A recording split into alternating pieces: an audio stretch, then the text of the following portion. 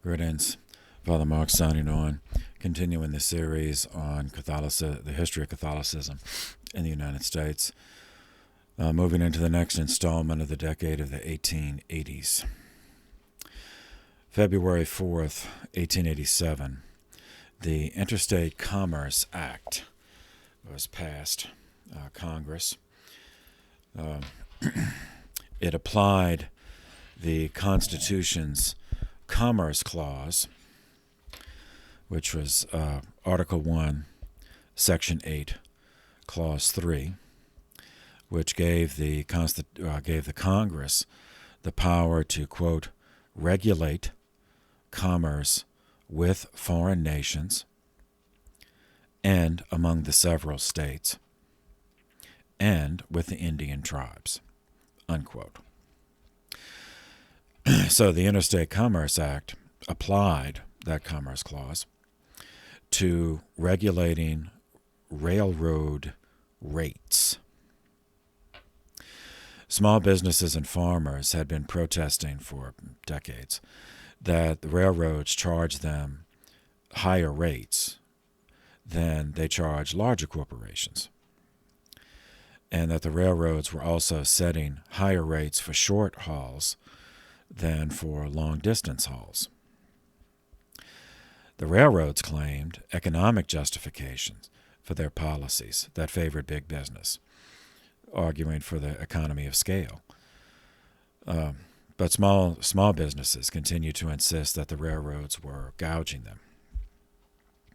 It took years decades actually, for Congress to respond to these protests due to members' reluctance to have the government interfere in any way with corporate policies. I know it seems unbelievable now, but so all of that, the kind of interventionist government we have now, that it did not just happen overnight. In 1874, legislation had been introduced to create a federal railroad commission.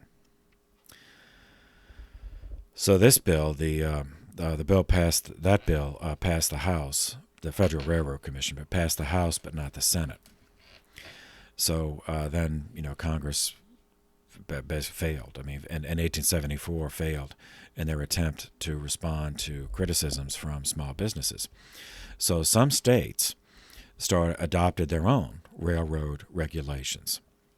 But those regulations, those state regulations, were struck down in 1886 by the Supreme Court in the case of Wabash versus Illinois, ruling that the state of Illinois, and therefore no state, could restrict the rates that a railroad was charging because the freight traffic moved between states, and only the federal government could regulate interstate commerce. Continued public anger escalated to outrage over what at least small businesses regarded as unfair railroad pricing practices. So that prompted the Illinois Senator, Shelby M. Cullom, Cullom, to hold congressional hearings, Senate hearings, which gathered evidence and interviews and compiled a dossier to raise awareness and escalate pressure on other members of Congress to enact the Interstate Commerce Act. So that law limited railroads to rates that were, quote, reasonable and just. It forbade rebates to high volume users, because that was one of the criticisms that that favored big business over small. And the Interstate Commerce Act made it illegal to charge proportionally higher rates. No, not just proportionally, to charge higher rates for short hauls.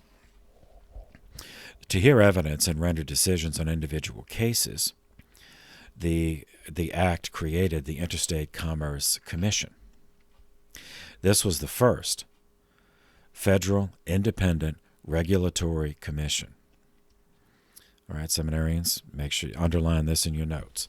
So the February 4th, 1887, the Interstate Commerce Act created the first federal regulatory agency, the Interstate Commerce Commission, the ICC.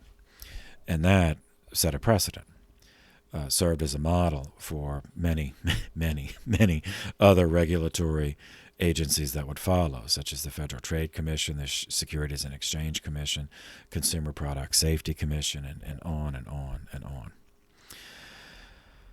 Evolving technology eventually made the purpose of the ICC obsolete, at least in its original conceived form. So in 1995, Congress abolished that commission, but did not abolish the regulatory interference. Instead, transferred the remaining regulatory mandates to the Surface Transportation Board. So while the original, the first ICC, had lived out its life and went away, it nevertheless marked a profound, a significant turning point in the history of government in the country, and post-Civil War expansion of because as we saw, obviously slavery was the trigger for the Civil War, but the issue of the relative authority of states to federal government, that also was that was because that was one of the reasons that the 11 Confederate states used as justification for seceding from the Union. And of course, since the Union won, basically the Federals won the Civil War, so that means the ideology, the political ideology that the authority of the federal government supersedes the authority of the states was decided. And this is one example. The ICC was the first, but followed by many others, of the federal government interfering through regulation in states and eventually in all levels of the economy. After 1887, the national economy continued to grow much and became much more integrated, the horizontal and vertical integration, making almost all commerce interstate, at least interstate, in some cases international. So the nation, the federal government, rather than the states, were the ones that would be in charge of the economy. Even though states did, and they still do, states are the one that charters corporations. So that development turned the Commerce Clause of the Constitution into a powerful tool of the federal government for dealing with national problems. Since so much of national life, even in the 19th century, but certainly by the 20th and into the 21st, crosses state borders. That's why buses and railroads were venues for civil rights protests, because it was a way for civil rights activists to involve the federal government in their mission to nullify the apartheid laws, the Jim Crow laws in the southern states. And some of those Jim Crow laws had been enacted by statute of state legislatures, but some of the southern states actually rewrote their constitutions and put it into their constitutions. But anyway, all right. Same year, in terms of church history, the first German Catholic Convention in the United States. So the issue of ethnic-based hierarchical appointments was publicly aired in August of 1887, again, in the context of the National German Catholic Convention held in Chicago. A group of German priests who attended gave a series of interviews to secular newspapers saying that the convention was going to demand of Rome that German bishops be appointed for cities with a large German population. They specifically named a few cities they had in mind, such as Cincinnati, Chicago, St. Louis, Indianapolis, and Pittsburgh. Within the Archdiocese of New York, a parallel controversy emerged between Archbishop Corrigan, whom we've already met, and one of his priests.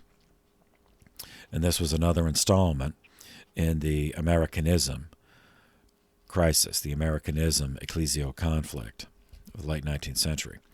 So the priest that Corrigan came into conflict with was Father Edward Mcglenn, M-C-G-L-Y-N-N.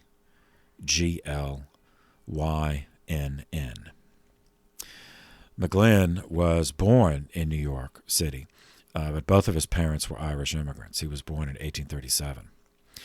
He was controversial in Catholic circles for his Americanist advocacy for public schools.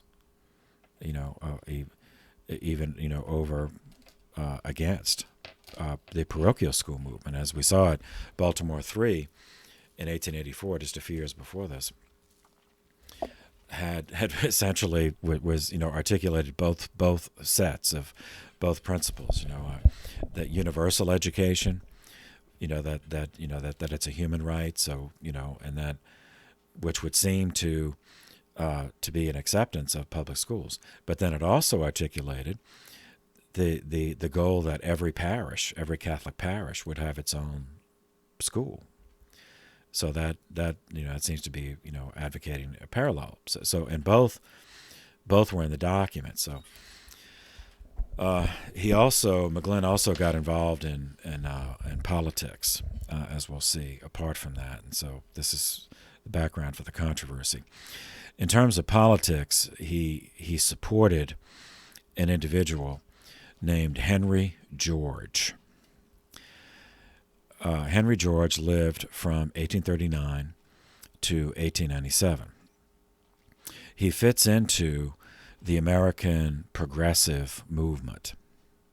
So earlier in the course, in the 1830s, we covered the social gospel movement, which was a pre-Civil War series of humanitarian initiatives that began in New England, which included public schools, advocacy for public schools, advocacy for abolition of slavery, advocacy for women's rights, and labor rights, etc. All right. So,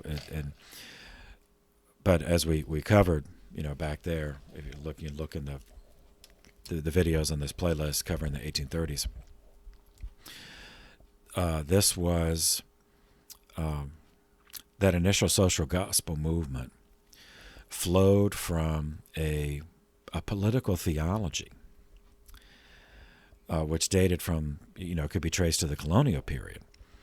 In the colonial period, there was no separation of church and state, and none of the colonial, not the Spanish, the French, or the English, because in each of those countries, there was an established church. Spain and France, it was the Catholic Church. England, it was the Anglican Church, but none of them had the idea of separation of church and state. So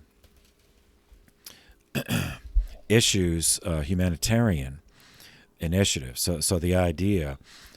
So the sequence would be humanitarian ideas like labor rights or education for children that were put forward by, in many cases, ministers, Protestant ministers, or in the French and Spanish context by Catholic priests. And so it really would not have occurred to them that they could advocate any sort of widespread public policy without government approval. And as we saw even when the Catholic context, that the government was funding, the church, and the same happened with the Anglicans in the English sphere, that the government funded it. So part of the tax money went to fund the church. So any initiative that the church came up with would have to be paid for by the government. And so the idea separates that would, but the inverse is also true, that they therefore accept it as axiomatic that it was a role of government to involve itself in what some might regard as private affairs, family affairs, like education of children, and voting, voting rights or labor rights, or the relationship between owners of a business and their employees. So they took it. So the social gospel movement had that political theology that the government should be involved in it. Now, this is the 1830s, so the United States already existed. The United States had already seceded from the British Empire, won its independence, but enshrined in the Constitution separation of church and state. Nevertheless, they pursued these initiatives, as we covered, initially on a state level, such as the 1830s were pushing first in Massachusetts for the state to fund through tax theft the creation of a school board, public schools, a public school system, and then that replicated in state after state. So time passed. They did that again and again. Then the Civil War happens, and which solidified or answered the question, what is the relative authority of the states versus the federal governments? And it answered it definitively on the federalist side, that the states are subordinate to the federal government. So post-Civil War, the social gospel movement was reimagined, reformulated, and rearticulated in public discourse and advocacy as the progressive movement. The reason it's given a different name is that post-Civil War, it took on a much more secular character. That there were many of the leaders of the post-Civil War social gospel movement who were who were unchurched. In some cases, that were not religious at all. Some were, nevertheless, they would have agreed with clergy, on the value of these humanitarian initiatives, and believed that it was not only a proper role of government, that in some cases it was an obligation of government to involve itself in promoting these humanitarian causes for moral reasons. So the progressive movement is a post-Civil War secular reimagining of the social gospel movement with that political theology reformulated as a political ideology that the central government could and should involve itself in these issues. And all of that, of course, must be funded through tax theft. And if existing tax revenue did not cover it, well, then these types is okay. We'll just charge more. Just raise taxes. Okay, with all that background, that's necessary to understand Henry George. So Henry George was one of these. He was born before the Civil War, but he made after the Civil War. He was identified with the post-Civil War social gospel movement, which was the political, secular, progressive movement. Okay. He argued within the context of the progressive movement that people, capitalized people, the people, workers, should own the value they produce themselves. But the economic value derived from natural resources, land is what he first argued in his first articulation, but then that expanded to any natural resource. The economic value deriving from natural resources should belong equally to all members of the society. George famously, what's most, if you've ever heard of him, or if you look him up, chances are, the thing that, the little factoid that'll be attached to his name, is that he argued for a single tax, capitalized. That was a proper, term for him. A single tax on natural resources would create a more productive and just society. Okay, now this is a very curious, assertion. And the dichotomy, he said, okay, so that everyone should own the value they produce themselves, but the value of land and all natural resources within the borders of a country, that value should belong to all members of society.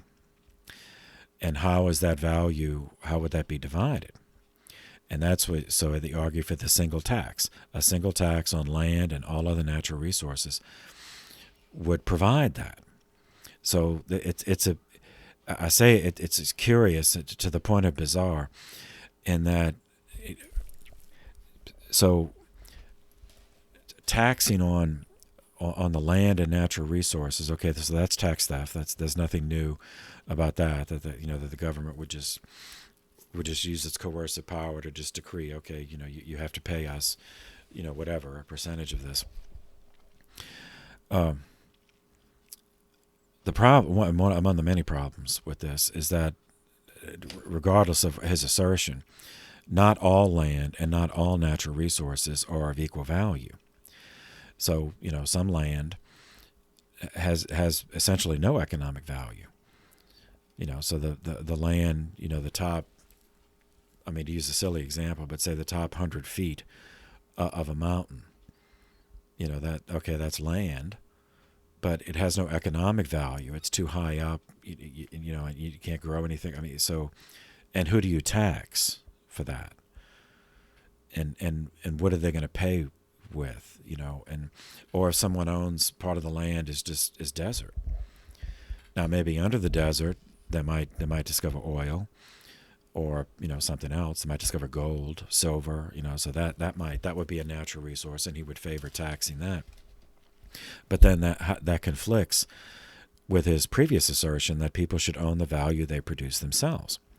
So if someone does discover gold under their land, and they pay people to mine it, okay, well then who gets the value from that? And so, anyways, so he asserted this in a book, well, many articles, but it was collected, all of them, into a book titled "Progress and Poverty," published in 1879, and it sold millions of copies. It was translated into multiple languages. This was a worldwide bestseller. Hyperbole aside, it was a worldwide bestseller, millions of copies. It investigated the paradox of increasing, in late 19th century, increasing in a very steep curve, increasing economic prosperity and technological progress, yet at the same time, steep decrease in economic equality. So that while the society, the paradox is that while the society as a whole of the United States, that was, was focusing on the technological progress, the new inventions, the new gadgets, almost daily. Certainly annually, there'd be new thousands of new patents every year. Some of them very significant. We covered the light bulb, and the expansion of the railroads, the telegraph, the telephone. We've already seen all that.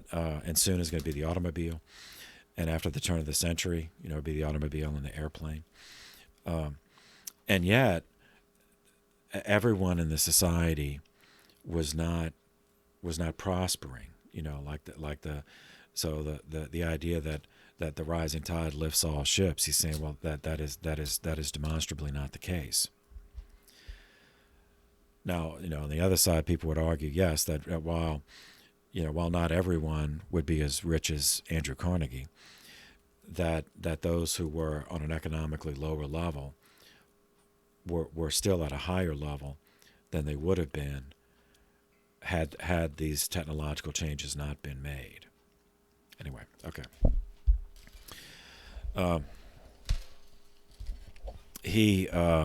So his solution, he said, okay, that the answer to this paradox is monopolies. Is that the organic development of society had been interrupted and artificially stifled with these corporate constructs, these chartered corporations, economic corporations, that used rent-seeking behavior and monopolistic practices in order to unbalance the economy, such that everyone was not prospering equally. His solution to that was not only the single tax, but also a value-added tax and anti-monopoly reforms, such as the Sherman. I don't know if we did. Did we do? Yeah, I think we did. The Sherman Anti-Trust Act. He was a journalist. Henry George was a journalist for many years and very popular. His writings and his speeches inflated his ego to the point that he ran for mayor of New York in 1886 as a third-party candidate, the United Labor Party, and he lost. In 1897, he ran again, another third-party candidate, the Jefferson Democracy Party, and he received 31% of the vote. But I mean, obviously that's not enough to win. But still, 31% of New York City, is not insignificant. Okay, so Henry George was born in Philadelphia to a lower middle-class family, working-class family. He was the second of 10 children. Father's name was Richard. Mother's name was Catherine. His father was a publisher of religious text and was a devout, practicing Episcopalian. He sent George to Episcopal school in Philadelphia. But George was one of those that he had a strict religious family, and he rebelled against that. He did not he found it stifling. So he left school without graduating, despite his father's sacrifices to send him to school. And his formal education ended at age 14. And it was really ugly. It was an ugly breakup, in the family over that, because the parents really had sacrificed to send him, and he, from their perspective, just threw it away. So he ran away from home, and he went to sea at age 15.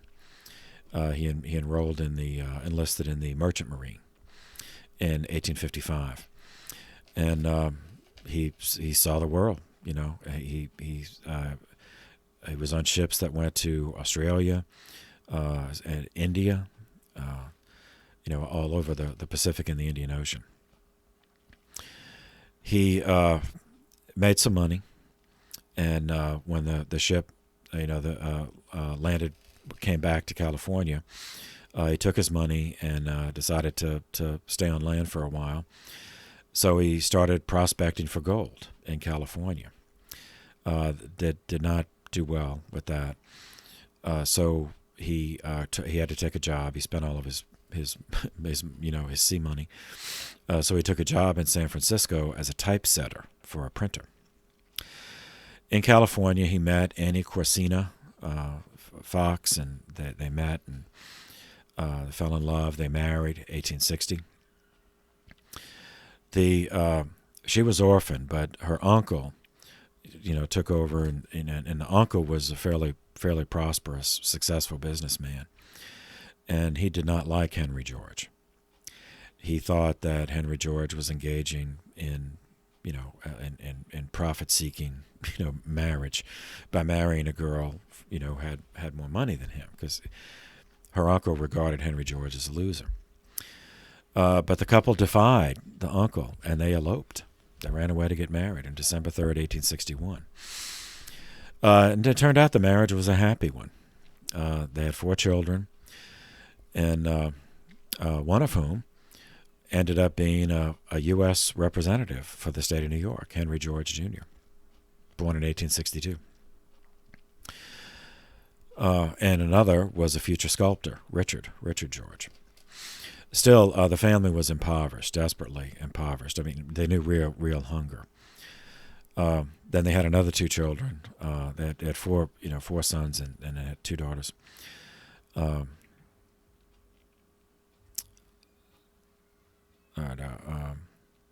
Following the birth of the second child, Henry George had no work, no money, and had to beg. I mean, literally was out, begging, shaking the can, on the street corner, begging for food. And it was in the course of this that he was approached by a well-dressed stranger, and he decided that if this guy was unwilling to help, unwilling to give him money, that he looked like he was well-dressed, so had money, but if he was unwilling to give any, George decided inside his mind that he would just rob him. But the man, turned out it took pity on him, and he gave him money. George, as we said, was raised Episcopal, but became essentially a deist humanitarian. But his wife was Irish Catholic. So the children were raised Catholic. Anyway, after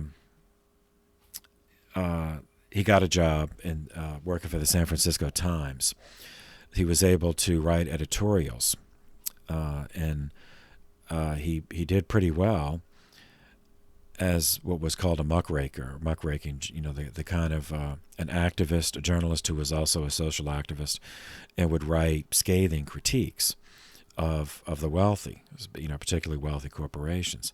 So he had a whole series of editorials that is what really brought his name to public awareness. They were titled "What the Railroads Will Bring Us."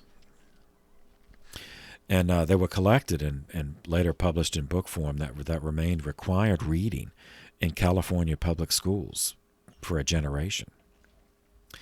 So George climbed the ranks of the San Francisco Times, eventually became managing editor in 1867. And he went, and that made his career. He made a career as a journalist. He switched. He got a promotion when he switched to the San Francisco Daily Evening Post. Then he became, managing editor, chief editor of with a pay raise for the San Francisco Reporter. That's the name of the journal, and that transitioned him into politics, because that was one of the publications for the California Democratic Party, which was anti-monopolistic. Now, George, earlier in his life, had been a Lincoln Republican, but then switched to become a Democrat.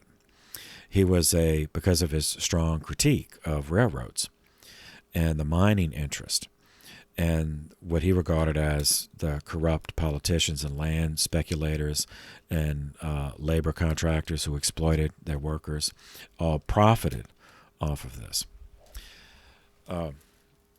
He argued that the boom in railroad construction, while it was very impressive and really changed things in terms of the terraforming that was needed, and that it did employ many people, but that the real prosperity from the railroads would benefit only the few that own interest in the railroads, that own stock in the railroad companies and other related enterprises like the steel, and that, while throwing the greater part of the population into poverty. So this publishing this earned him the enmity of the Central Pacific Railroad, and so when Henry George tried to run for state office in California, now this was a state office, they well, not really primary, but yeah, in a sense what we'd say today, they primaried him. They ensured that he didn't get elected. So time passed. 1871. George was on a horseback ride, and he stopped to rest looking over San Francisco Bay. And he was struck by an insight that with the growth of population, that land grows in value. Even if land was not being actively used, that land in the area of large population growth escalates in value just by the very fact that more people are living in the vicinity.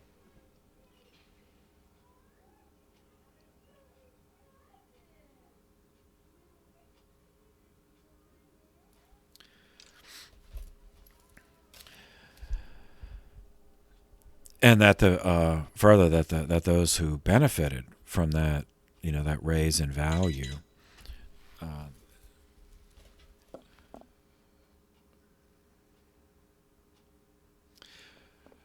had to pay for that privilege, and so they had to pay the larger society. So this you can see where this is going towards socialism. So later on a visit to New York City, he was struck again, although it's a different context, because New York at that point was much more urbanized than any city in California. Struck by the paradox that the poor in that city, which is urbanized much sooner than any in California, that nevertheless the workers who actually physically built everything in the city were much worse off in terms of the quality of life than the poor in California, even though California at that time was much less developed. So these observations supplied the theme and the title for his opus, his 1879 book, Progress and Poverty. In it, George argued that a sizable portion of the wealth created by social and technological advances in a free market economy, in a capitalist economy, is possessed and hoarded by landowners and monopolists through economic rents or other kinds of rent-seeking behavior, meaning, charging people, making people pay, in other words, profiting when they don't by people who don't actually work. Like he would regard the stockholders of a company as parasitic, that they're profiting when they don't actually work. Now, some stockholders might actually work in the business, but he's saying most of them don't, and so they see that as unearned. He saw that as unearned wealth, and that unearned wealth being hoarded was a main cause of poverty, and that instead that wealth should go and be divided among those who actually work in that endeavor. And the only way to do that was through tax theft. George considered it a great injustice that private profit was being earned from restricting access to natural resources, while productive activity was burdened with taxation, such as sales tax. So a worker who actually mined the material to make the steel, and cut the wood for the base and actually laid the track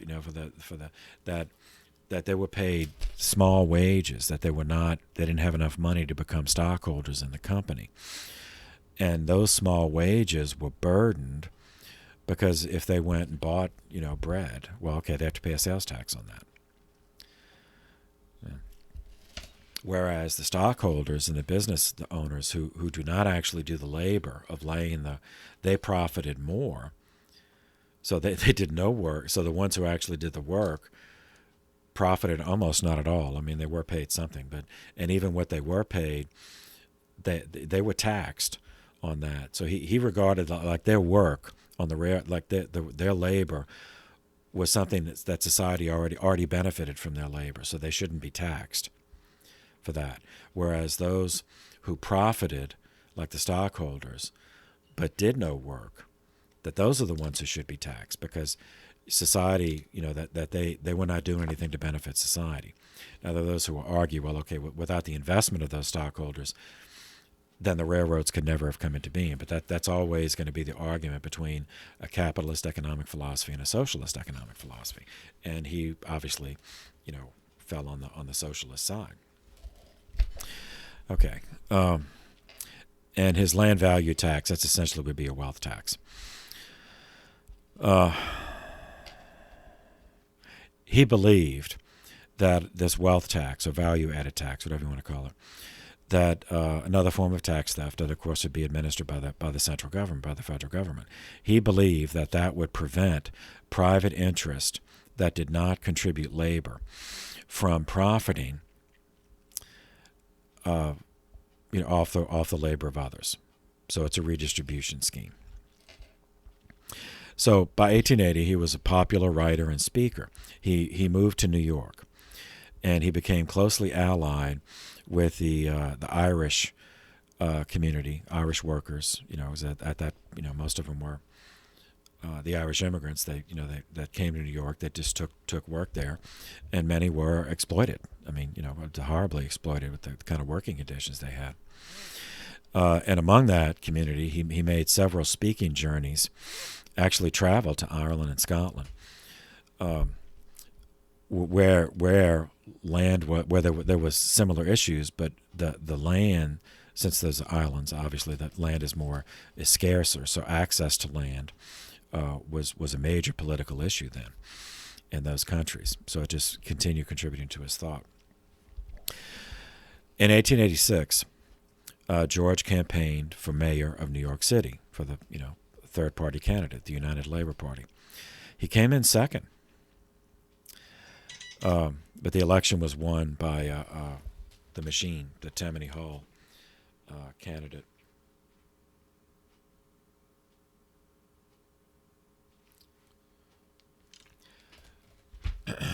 And George's followers believed that the election was stolen. So this is what brings together Father Edwin Mcglenn and Henry George. So Father Edwin Mcglenn supported Henry George when he ran for mayor of New York City, which means a priest publicly supporting a third-party candidate, the United Labor Party, a party and a candidate that espoused an economic philosophy that was undeniably inspired by socialism. Even though he wasn't calling it socialism, it was undeniably inspired by that, with a redistributionist economic philosophy. So this was a cause of scandal. All right. So Father Edwin Mcglenn, he was born in New York City to Irish immigrants. Both of his parents were Irish immigrants, Peter and Sarah. They came from Donegal, Ireland. His father, when he came to the United States, was a laborer, but did well. He was one of those. He didn't, he worked. He started off just doing whatever job he could, but he was one of those very observant, and he was the type that learned. He was a quick learner, and so he did many different kinds of jobs. So he assembled a great deal of practical knowledge and skill. And so he went into business for himself as a contractor, and he did very well.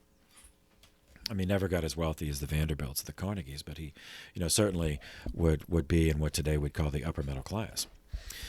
Mcglenn, Edward Mcglenn, one of the children, discerned a call to ecclesiastical life, and he was sponsored by the Archdiocese of New York, and he studied at the Urbanicum, in Rome, which was the seminary for those in missionary countries, which the United States was still considered missionary until 1908. In 1859, he happened to be there in Rome when history changed, and the American bishops successfully opened a seminary just for Americans and Canadians. So it was called the Pontifical North American College, or the NAC, N-A-C, in Rome. So he finished up there. He only had 1 year left, but he finished up there. He was ordained a priest in Rome, in the cathedral of the Diocese of Rome, St. John Lateran, on March 24th, 1860. So he was ordained there, but he was ordained for the Archdiocese of New York. So he returned to New York. His first assignment was as an assistant, or what we'd say today, parochial vicar at St. Joseph's Church in New York. His pastor was Father Thomas Farrell, who during the Civil War had been an ardent abolitionist, opponent of slavery. And in his will, left all of his estate. Farrell had been the only surviving child, so inherited all of the family estate, which turned out to be $5,000. And in 1860, that was not insignificant. And in his will, he left that $5,000 for the construction of a church for African Americans, which led to the establishment of St. Benedict the Moor Parish in Hell's Kitchen in New York. And that this guy was Father Edward Mcglenn's first pastor. Next, Mcglenn was promoted, so to speak, and he became pastor of another church, of St. Bridget on Avenue B, and then pastor of St. James in Lower Manhattan, on the island of Manhattan. Then he was made pastor of St. Anne's on 8th Street. And while he was there at St. Anne's, he was simultaneously appointed as chaplain to St. Joseph's Hospital at McGowan's Pass on the former grounds of Mount St. Vincent's Academy. Part of it was the area that is now Central Park. And that's what he did during the Civil War. In 1865, when the war ended, an older priest, Father Cummings, requested that the Archbishop, who was Dagger John Hughes, he asked for an assistant. So even though Mcglenn had already been pastor of several places, he agreed. He went to be associate of this Father Cummings, and they wouldn't have used the term coadjutor for pastor, but that's essentially what it was. Would just stay there and help take care of him until the pastor died, and then he would take his place. So, and then when the pastor died, that's what happened. Mcglenn then became pastor of St. Stephen's Church on East 28th Street, which at the time was one of the largest parishes in New York. And he stayed there as pastor for over 20 years. And he was there, it was during that period, the St. Stephen period, that he got involved in politics that many regarded as socialist. And that when he supported Henry George. When Mcglenn met George during the campaign, was very impressed with him, read his book Progress and Poverty, and bought it completely. He said, yes, that's the way. That's the proper way to fix what he and George regarded as the injustices in the emerging American corporate system. Now, to conservatives, or to those who, which we could say, capitalists, those who believed in a capitalist economic system, meaning a free market without government interference, Henry George's philosophy, which built on tax theft, escalating tax theft and government management of the economy through anti-monopolistic regulation, that was socialist.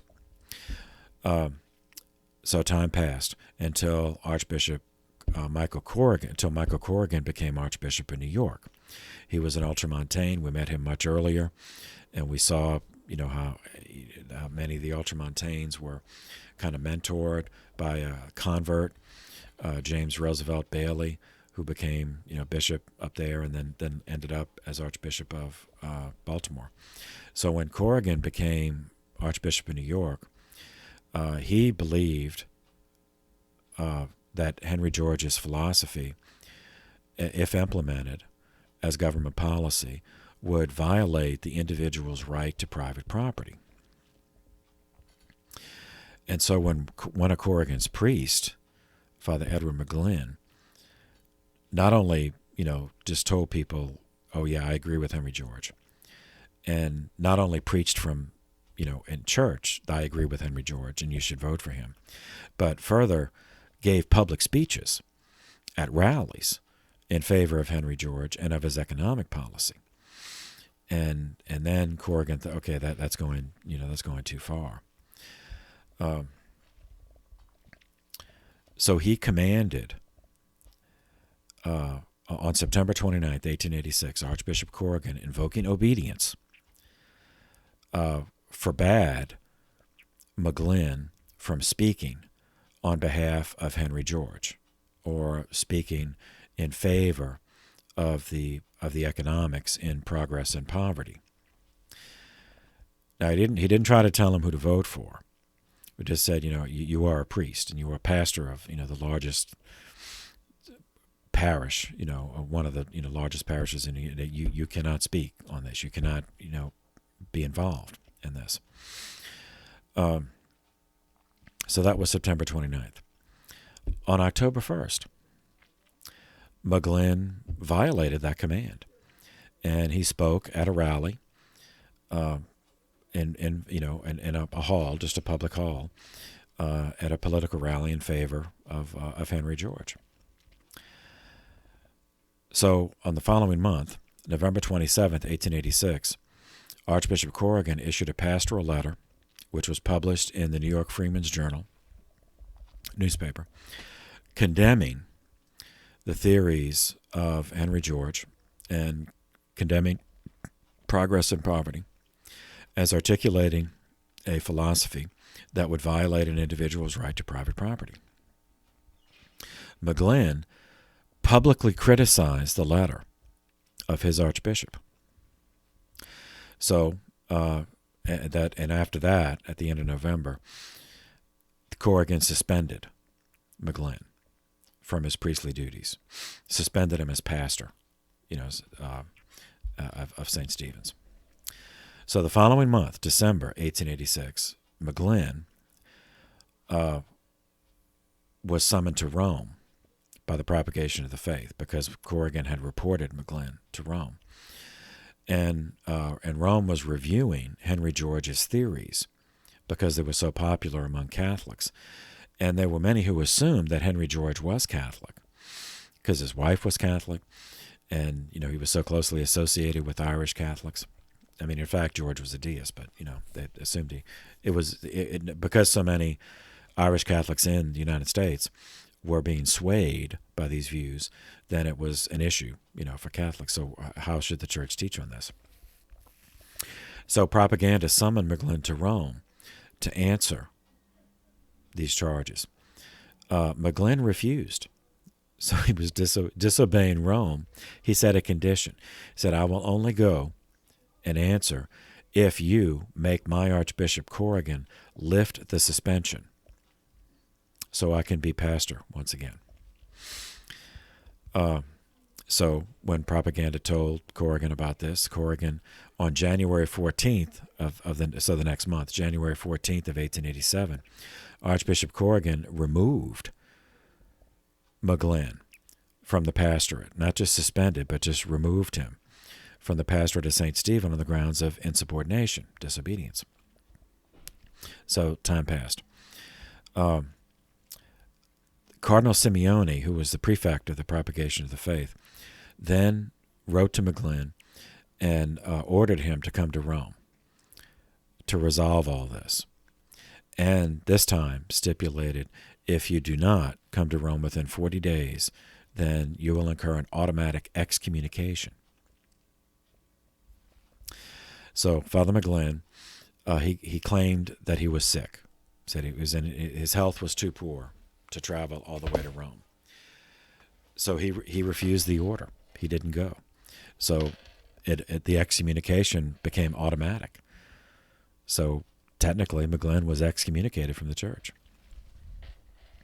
For more than 5 years following this, Mcglenn continued his public speaking, wearing clerics, wearing the clerical suit, defending the single tax doctrine, Henry George's, all of his ideas about, redistribution of wealth and the land tax and all that.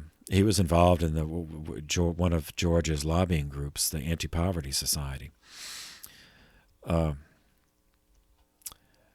Further, Mcglenn, during this excommunication, still dressed as a priest, he toured the west of the United States on a speaking tour, and declared himself publicly in multiple speeches that he did not believe in the supremacy of the Pope. He did not believe in papal infallibility. And when he wasn't traveling, Mcglenn lived in the home of his sister in Brooklyn, so parasiting off of her. So time passed. 1892, Pope Leo XIII sent an Italian Archbishop Francesco Satolli to the United States as papal legate, and one item on his agenda was to review the Mcglenn case, because it really was a scandal. Because of course the newspapers love to report this, an excommunicated priest, just because he defied this, tyrannical archbishop who, whereas this priest is fighting for the poor, so you can see what the media would do with that. So Satolli held an examination on the grounds of Catholic University in Washington. Mcglenn did not attend, but he authorized a representative to go in his name to promise that he would no longer promote doctrines unauthorized by the Church. So he's not repudiating them. He said he would no longer publicly promote doctrines unauthorized by the Church. So this assurance, combined with the assurance of 4 professors on the faculty of Catholic University, asserting that the single tax views were not intrinsically sinful. I mean, it may have been a stupid idea, but he said that it's not intrinsically sinful to believe this. So that led Satolli, as papal legate, to lift the excommunication on December 23rd, 1892, and reinstate him, said, okay, you're free to return to ministry. So on Christmas morning of 1892, Mcglenn said Mass for the first time since his excommunication. Now, he had to say Mass in Brooklyn because he was no longer pastor. That evening, he gave another public speech before a labor union, to an immense crowd. And he declared that he intended to continue advocating for the single tax doctrine, and said, look, four professors at Catholic University, at the Pontifical University, said it is not sinful to believe this. So others may disagree with it, but it's not sinful to believe it. The following June,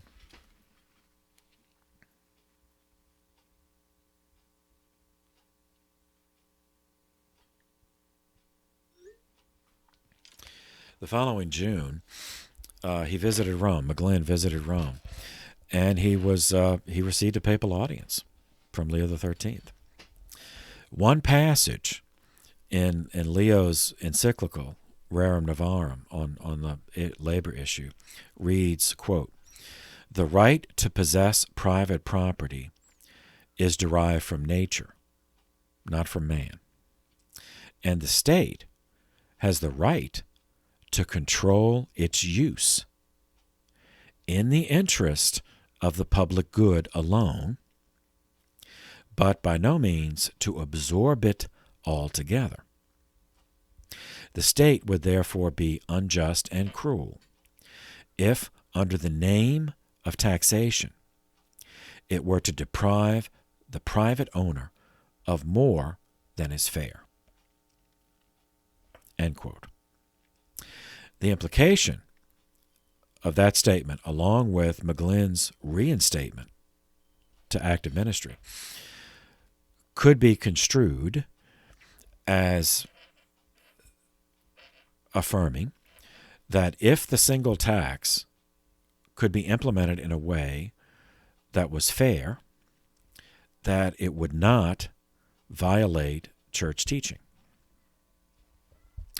So Mcglenn remained a friend of Henry George for the rest of George's life, and when Henry George died in 1897, Mcglenn delivered the eulogy.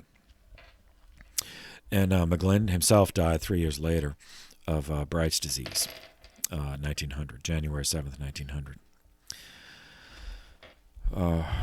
Okay. Let's see. All right, 1887. The I mentioned Catholic University. So where did that come from? So the first Pontifical University in the United States was it's called the Catholic University of America. All right, the background. In 1884, as we covered, the Third Council of Baltimore, Title 3, Distinction 3, Title 5, Distinction 3, called for the creation of a pontifical university in the United States. For 3 years, American bishops argued over how to make that a reality. The already existing two camps, the Americanists versus the Ultramontanes, of course, they disagreed on this. So the two camps emerged, such that the Ultramontanes, meaning the Romanist, the conservatives, the pro-papal camp, led by Corrigan, the Archbishop of New York, wanted the Pontifical University to be in his diocese, New York, which was the largest diocese at the time in terms of Catholic population. And New York was already a world destination because of its port. Corrigan not only wanted the university in New York, but he wanted it to follow the Roman model of universities, to arm the clergy against the temptations and confusions of the secular materialism and socialist ideologies, communist ideologies. Whereas the other side, the Americanist, what we would now supposedly call the liberals, were led by James Gibbons, Gibbons, Archbishop of Baltimore from 1877 until his death. He was a courtly diplomatic type. His nickname was Gentleman James, very different from the previous generation in which the most respected prelate in the country was nicknamed Dagger John. All right, so James Gibbons was born in Baltimore, Maryland, 1834, the fourth of 6 children. Father's name Thomas, mother's name Bridget. They were both Irish immigrants. They were both born in County Mayo, Ireland. They immigrated first to Canada, then from Canada to the United States. At age 5, James contracted tuberculosis. So the family returned to Ireland, thinking that the climate would be better. And there they operated a grocery store in County Mayo. When James was 13, his father died. His mother sold the grocery 6 years later and returned the family to the United States, this time settling in the South, in New Orleans, Louisiana. James began discerning an ecclesiastical life after attending a parish mission conducted by the Paulist Fathers. Remember the Paulists founded by Isaac Hecker, the father of Americanism. He was especially moved by a sermon given by one of the co-founders of the Paulists, Father Clarence Walworth. 2 years later, Gibbons obtained sponsorship from the Archdiocese of Baltimore, which sent him from minor seminary to St. Charles in Ellicott City, in Howard County, Maryland. Ellicott City is home to the oldest surviving train station in the United States. It was built in 1830 as the first terminus of the original B&O Railroad, the Baltimore and Ohio Railroad. And then in 1857, he went to Major Seminary to St. Mary's in Baltimore, which is the proto-seminary of the country. We covered that earlier, established in 1791.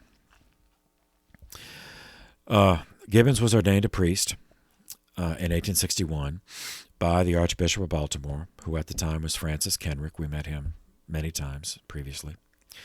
Gibbons was assigned first to what we would now call a parochial vicar at St. Patrick's Church in Fells Point, Maryland.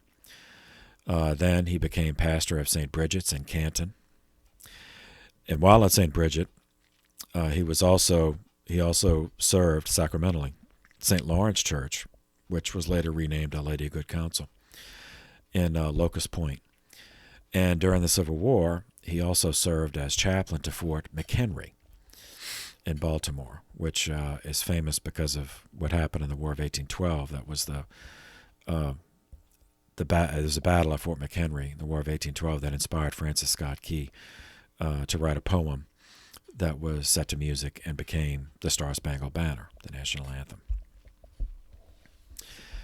In the last year of the war, 1865, Gibbons was made private secretary to the then Archbishop of Baltimore, Martin Spalding, whom we've already met. Part of his duties included helping to prepare for the Second Plenary Council of Baltimore the following year, 1866. At Archbishop Spalding's prompting, the Council Fathers at Baltimore III recommended to Rome the creation of an apostolic vicariate for North Carolina and nominating Gibbons as its founding apostolic vicar. Now, remember, an apostolic vicar that's an auxiliary. It's canonically is considered an auxiliary bishop of the Diocese of Rome, which is the next step. And then if a territory, if it works, and the territory becomes sustainable, then the apostolic vicariate becomes a diocese. So, on March 3rd, 1868, Gibbons was appointed as the founding apostolic vicar of North Carolina, which at the time covered the whole state. He was ordained a bishop on August 15th by Archbishop Spalding, along with two co-consecrators, Bishop Patrick Lynch and Bishop Michael Dominic. This ordination, like his priestly ordination, occurred in the Baltimore Cathedral. So at the age of 34, Gibbons was one of the youngest Catholic bishops in the world. Even though his vicariate covered the entire state of North Carolina, there were only 700 Catholics in the whole state of North Carolina. So, but that didn't bother him so because he was an Americanist, inspired by Isaac Hecker. So he reached out to and befriended many Protestants, and including Protestant ministers, and so he was invited to preach many times in Protestant churches, and he was very well received. He became a very popular civic figure in the country, much like the founding Bishop of Baltimore, John Carroll. And he was one of these, politically connected. He was friends to every president from Andrew Johnson to Warren Harding. And he was actually an advisor to several of them, had multiple invitations to the White House. He attended the First Vatican Council, 1869 and 1870, which we covered earlier in this playlist. 2 years after the council, he assumed additional duties. In addition to being apostolic vicar of North Carolina, he was also made apostolic administrator for the Diocese of Richmond, Virginia, in January of 1872. 6 months later, in July of 1872, Gibbons was appointed fourth bishop of Richmond, Virginia.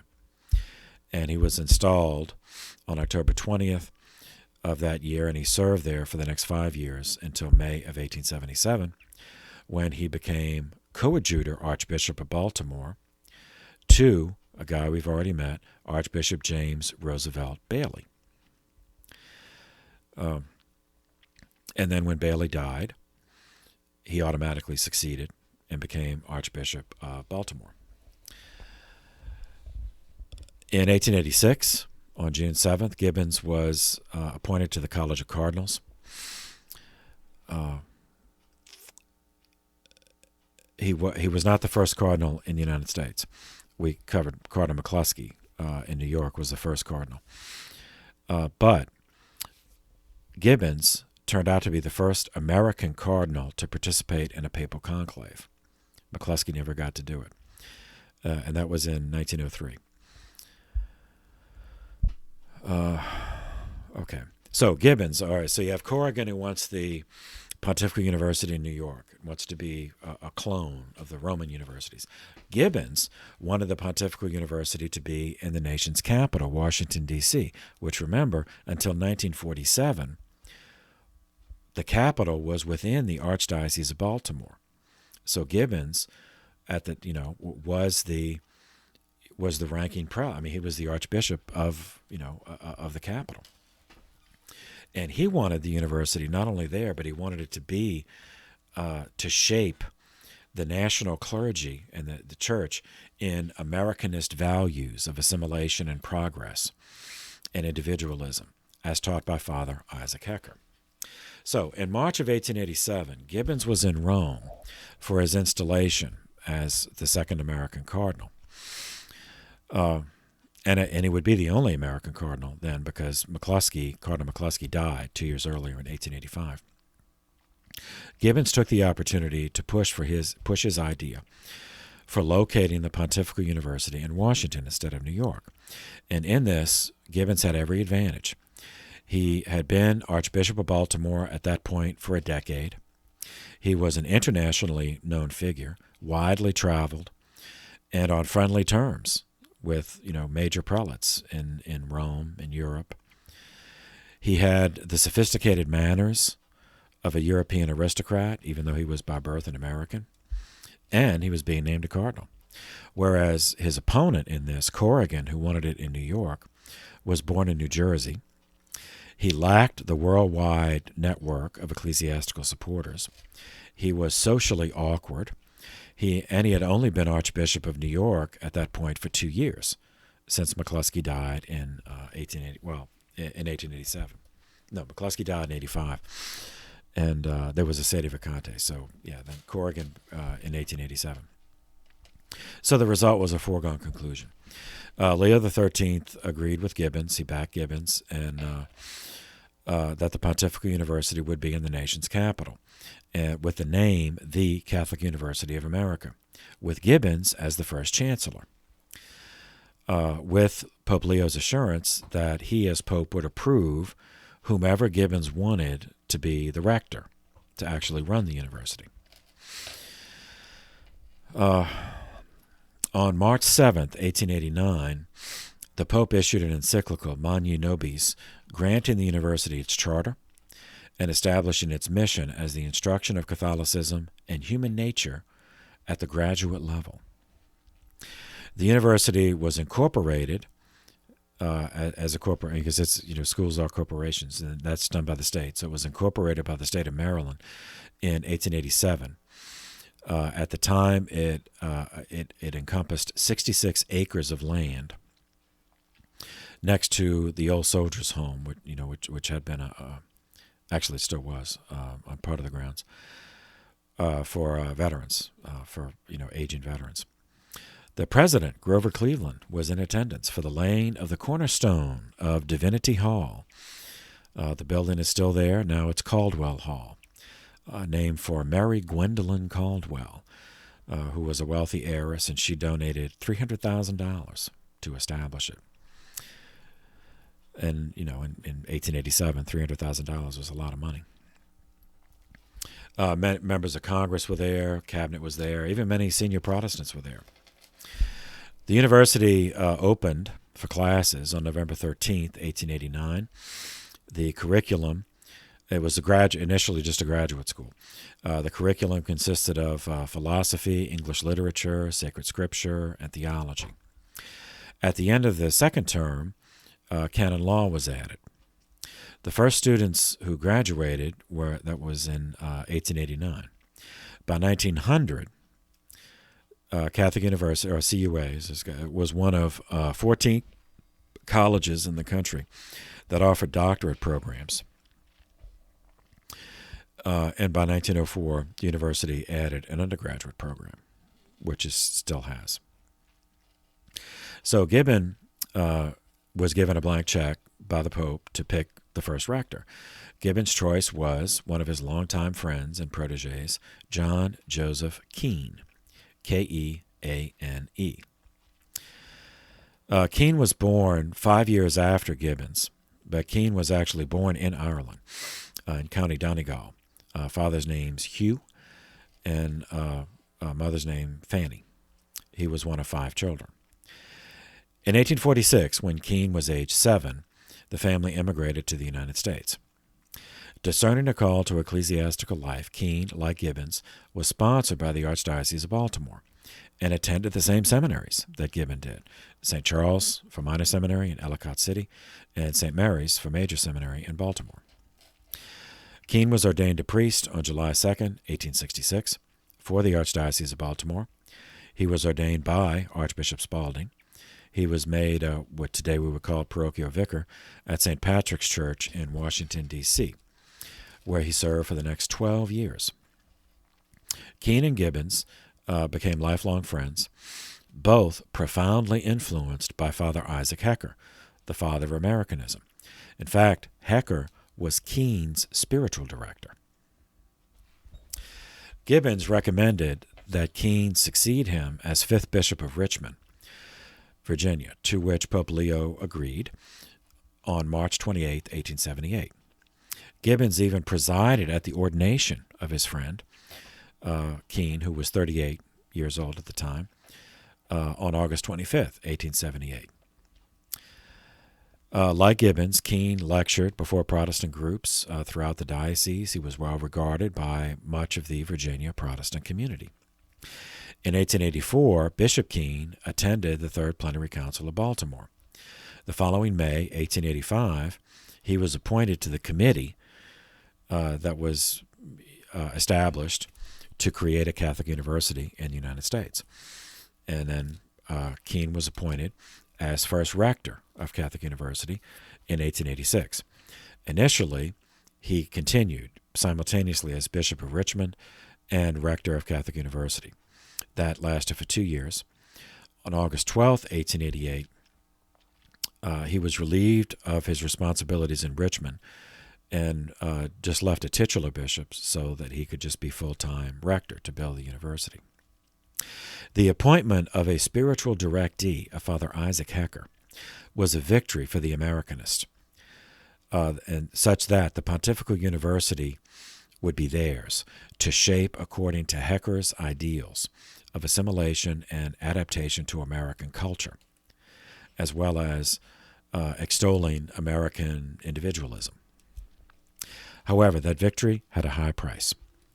Archbishop Corrigan of New York never contributed a penny, not one penny, of the vast resources of the Archdiocese of New York. Never contributed a penny to the university. And he was conspicuous by his absence from the groundbreaking ceremony.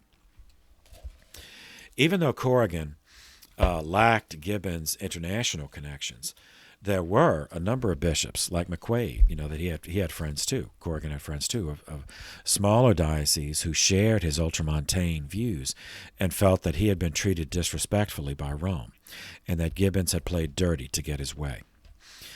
Those bishops also never contributed money and never sent students to CUA. This is why CUA, the Catholic University, in a nation with literally millions of Catholics, began without proper financial backing and has struggled in that regard throughout its history because the university became a point of division within the hierarchy, a division that was passed on to future priests as a prejudice either for or against the university. These attitudes remained even generations later, long after the historical origins of the division were forgotten. Okay. Father Isaac Hecker died shortly after. So he died. Pope Leo approved it in 1887, and the first classes were 1889, once the first building was finished. Hecker died right in between. Hecker died in New York City on December 22nd, 1888, at the age of 69. All right, we've already met him, Isaac Thomas Hecker, born 1819. We last met him when he converted to Catholicism in 1844, baptized by the Archbishop of New York, McCluskey, who later became Cardinal McCluskey. 1 year later, Hecker entered the novitiate of the Redemptorist Order in Belgium. He was ordained a priest in London for the Redemptorist by then Bishop Nicholas Wiseman in 1849. He spent a year in a Redemptorist parish and as a chaplain. And then he returned. Hecker returned to New York in March of 1851. He worked until 1857 as a Redemptorist missionary. In 1857, Hecker was expelled from the Redemptorist order for his ecclesiology, which the German Redemptorists regarded as infected with Pelagianism, subjectivism, and crypto-Protestantism. So Hecker went to Rome to fight the expulsion. He thought that was unjust. He was accompanied by 4 companions, all of whom, like him, were born in the United States. They were born Protestant. They later converted to Catholicism and joined the Redemptorist order. So together the group approached the prefect of the propagation of the faith, Cardinal Alessandro Barnabo. Cardinal Barnabo was sympathetic. He arranged a dispensation for Hecker and his 4 companions from their vows as Redemptorists. They were still ordained priests, so this freed Hecker and his companions to establish a new congregation, the Missionary Society of St. Paul the Apostle, conventionally abbreviated as the Paulist Fathers, and their postnomial initials are CSP, Congregation of St. Paul. Canonically established on July 7th, 1858. So in addition to Hecker, this was George Deschamps, Augustine Hewitt, Francis Baker, and Clarence Walworth. And it was the preaching of that last one, Walworth, that prompted the later Cardinal Gibbons to enter the church. Between 1867 and 1869, Hecker, directly addressing Protestants from lecture platforms, delivered more than 56 lecture series, traveling from Boston to Missouri, then Missouri to Chicago, Chicago to Hartford. During one of his Western tours, he traveled more than 4,000 miles and spoke to more than 30,000 people. 2/3 of them were not Catholic. In April of 1865, adding the written word to the initiatives of the Paulist, Hecker launched the Catholic World, was a monthly magazine. A year later, 1866, he established the Catholic Publication Society, which is now Paulist Press, still exists. And 1870, he established another magazine, this one for youth, titled The Young Catholic. Hecker attended the First Vatican Council, 1869 and 70, as a theological advisor to Gibbons, the later Cardinal of Baltimore, though at the time he was bishop, but still Apostolic Vicar of North Carolina. So all this is all related, So just like Corrigan and McQuaid, we covered those. The Ultramontanes came together. So now the other side, they're all, it's all connected. So Hecker returned home in June of 1870, age 55. And at that point, shortly after his return, he was diagnosed with leukemia. So he stepped down as superior of the Paulist, but continued working as he was able until his death on December 22nd, 1888, at the Paulist House in New York, which was on 59th Street in Manhattan. He was given last rites by another Paulist priest, Father Walter Elliott, and that guy, Walter Elliott, wrote the first biography of Hecker, titled Life of Father Hecker. And that biography became a subject of international controversy in the 1890s that became, brought Americanism to the attention of the Vatican and ironically led to the condemnation of Americanism as a heresy in 1899. Hecker's death escalated the emotions of those who regarded themselves as his spiritual sons in the coming disputes. Another of them was named John Ireland. Born 1838 in Ireland, County Kilkenny, he was age 10 when his family emigrated to the United States. They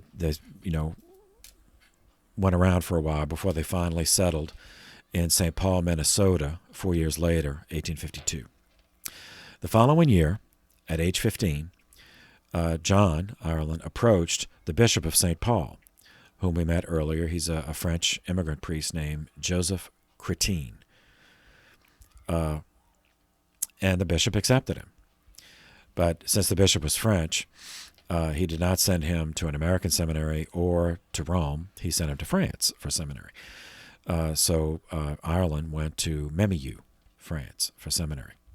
And he remained fluent in French for the rest of his life. Ireland was ordained in 1861, returned home.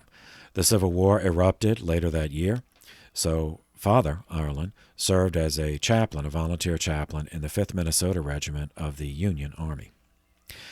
After the war, Ireland was assigned as pastor to rector of St. Paul's Cathedral, a position he held until 1875, when he was ordained coadjutor bishop of St. Paul, meaning the automatic auxiliary but automatic successor.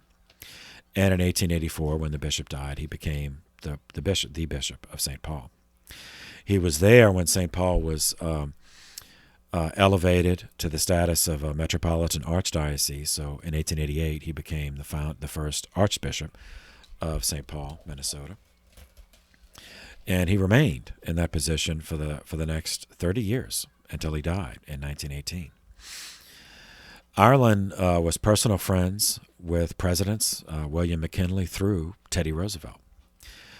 At a time when most Irish Catholics were staunch Democrats, Ireland was known for being close to the Republican Party. His ecclesiology was entirely Hecker's Americanism. However, his bombastic personality often made more enemies for his positions than need have been the case, as we shall see. In October of 1888, a group of German Catholics were going to hold a convention, a German Catholic convention, in his territory. There are many German immigrants in Minnesota, Catholic immigrants. And they were meeting it was scheduled to meet in Chaska, Minnesota. In preparation for that, in October of 1888, the organizers approached Archbishop Ireland to invite him, to give the opening prayer. And they requested, which was a routine request at the time, for a papal blessing. And, so that would be he as Archbishop would apply to Rome for a papal blessing on this gathering. So this is all routine, But here we see this is Ireland's, his personality coming out. So Ireland refused them this routine request. And he used the occasion later to make a public speech on October 16th, which was published in the newspapers. And it read in part, quote, "A new order of things is now being proposed. Organizations of priests and laymen are forming in each state, apart from diocesan limitations. Notice of the existence of which, after they have been formed, may or may not be given to the bishop."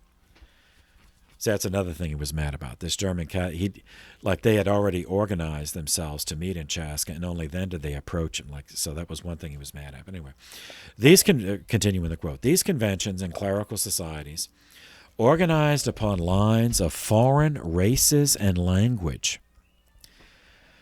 Now, this guy was born in Ireland. He wasn't born in the United States. Nevertheless, foreign races and language. "A most dangerous omen for the peace and oneness of the Church in America. Episcopal approval for the German movement will compel approval of other national movements as they may arise, such that we may have any day a Polish, a Bohemian, an Irish, French conventions and clerical societies for the furtherance of the religious interest of those several and separate nationalities." All right, this was not well received by German Catholics and serves as one example among many of provocative behavior that fueled the rift in the American Catholic hierarchy as part of the Americanism controversy. Okay. All right, we've been going for an hour and a half, and I gotta rinse my eye out. I don't know what's going on. So we'll pause there. 1888 was an election year. So in the next video, we'll start with Benjamin Harrison was elected president 23, and then we'll finish the decade.